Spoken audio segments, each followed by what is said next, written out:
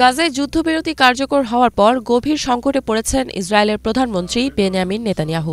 একদিকে যুক্তরাষ্ট্রের চাপ, অন্যদিকে নিজের নেতৃত্বাধীন জোট সরকারের সমালোচনা, উভয়ই তাকে রাজনৈতিকভাবে বিপাকে ফেলেছে। এই দ্বিধায় পড়া পরিস্থিতিতে ব্যাপক অস্বস্তিতে ভুগছেন নেতানিয়াহু। যুক্তরাষ্ট্রের নতুন প্রেসিডেন্ট ডোনাল্ড ট্রাম্পের নেতৃত্বাধীন প্রশাসন ইসরায়েলকে গাজা অঞ্চলে সামরিক পদক্ষেপ থেকে বিরত থাকার আদেশ দিয়েছে।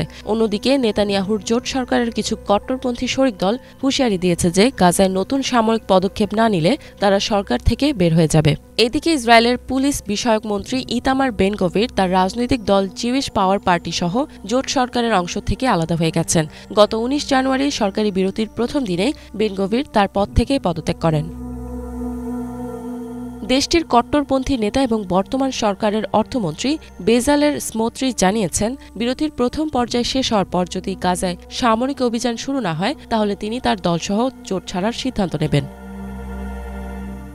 গত ১৯ জানুয়ারি ইসরায়েলের সংবাদ মাধ্যম চ্যানেল 14কে দেওয়া এক সাক্ষাৎকারে স্মোত্রিচ বলেন, এখন তাদের একটি সম্পূর্ণ নতুন কৌশল গ্রহণ করা প্রয়োজন।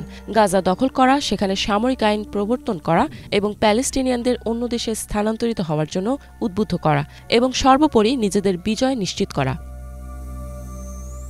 এদিকে মধ্যপ্রাচ্যের ট্রাম্পের বিশেষ দূত স্টিভ উইটকফ বুধবার জানিয়েছেন, গাজায় যুদ্ধবিরতির বিষয়ে তিনি সর্বোচ্চ গুরুত্ব দিচ্ছেন। তার মতে এই যুদ্ধবিরতি ধাপে ধাপে প্রথম স্তর থেকে দ্বিতীয় এবং পরবর্তীতে তৃতীয় বা শেষ স্তরে পৌঁছাতে হবে। পাশাপাশি গাজা থেকে সকল সেনা প্রত্যাহারের প্রয়োজনীয়তার উপরও জোর দেন তিনি। ইসরায়েলের শালোম হার্টমান ইনস্টিটিউটের রাজনৈতিক বিশ্লেষক আমোৎস আজা এল রয়টার্সকে বলেন, ট্রাম্প প্রশাসন ও তার ইসরায়েলি জোট সমর্থকদের চাপে পড়ে বেকায়দায় রয়েছেন নেতানিয়াহু। তার নেতৃত্বাধীন জোট সরকার বর্তমানে অত্যন্ত অসামঞ্জস্যপূর্ণ অবস্থায় রয়েছে এবং যে কোনো মুহূর্তে এটি ভেঙে পড়তে পারে। ২০২৩ সালে গাজায় সামরিক অভিযান শুরু করে ইসরায়েলি বাহিনী। প্রায় ১৫ মাসের লড়াই এবং সংঘাতের পর অবশেষে যুদ্ধবিরতি চুক্তিতে পৌঁছায় উভয় পক্ষ।